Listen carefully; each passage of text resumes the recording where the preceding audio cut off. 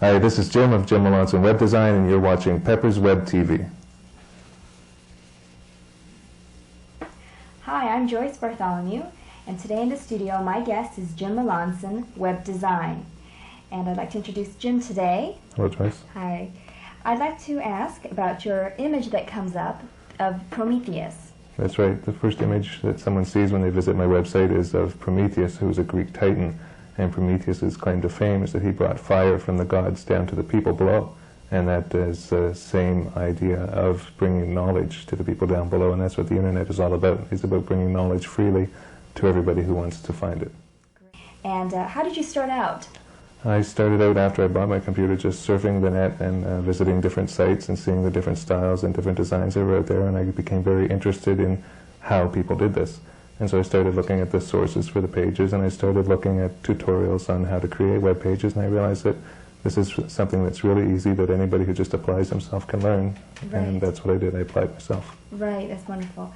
So you also started out with HTML. Can you describe that? HTML, what does that stand for? HTML is Hypertext Markup Language, and that's what's used to create web pages on the web. And basically what it is, it's a page of information, and you take the information on the page and you mark it up to look the way you want it to look.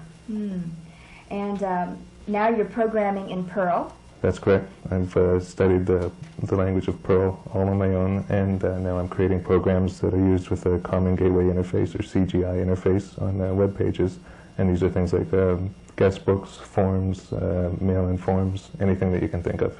And what does CGI stand for? Common Gateway Interface. And that's the most popular language, is Perl, for CGI scripting for the web. That's that right? correct. CGI is the protocol that allows the programs to interface with the web pages. Right.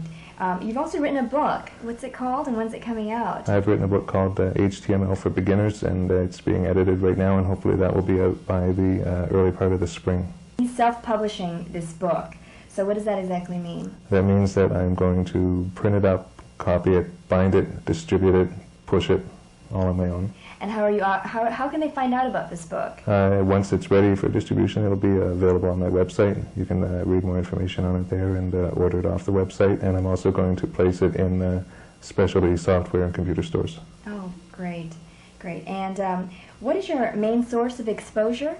My main source of exposure right now is Charityware. That's my website where I distribute my scripts from.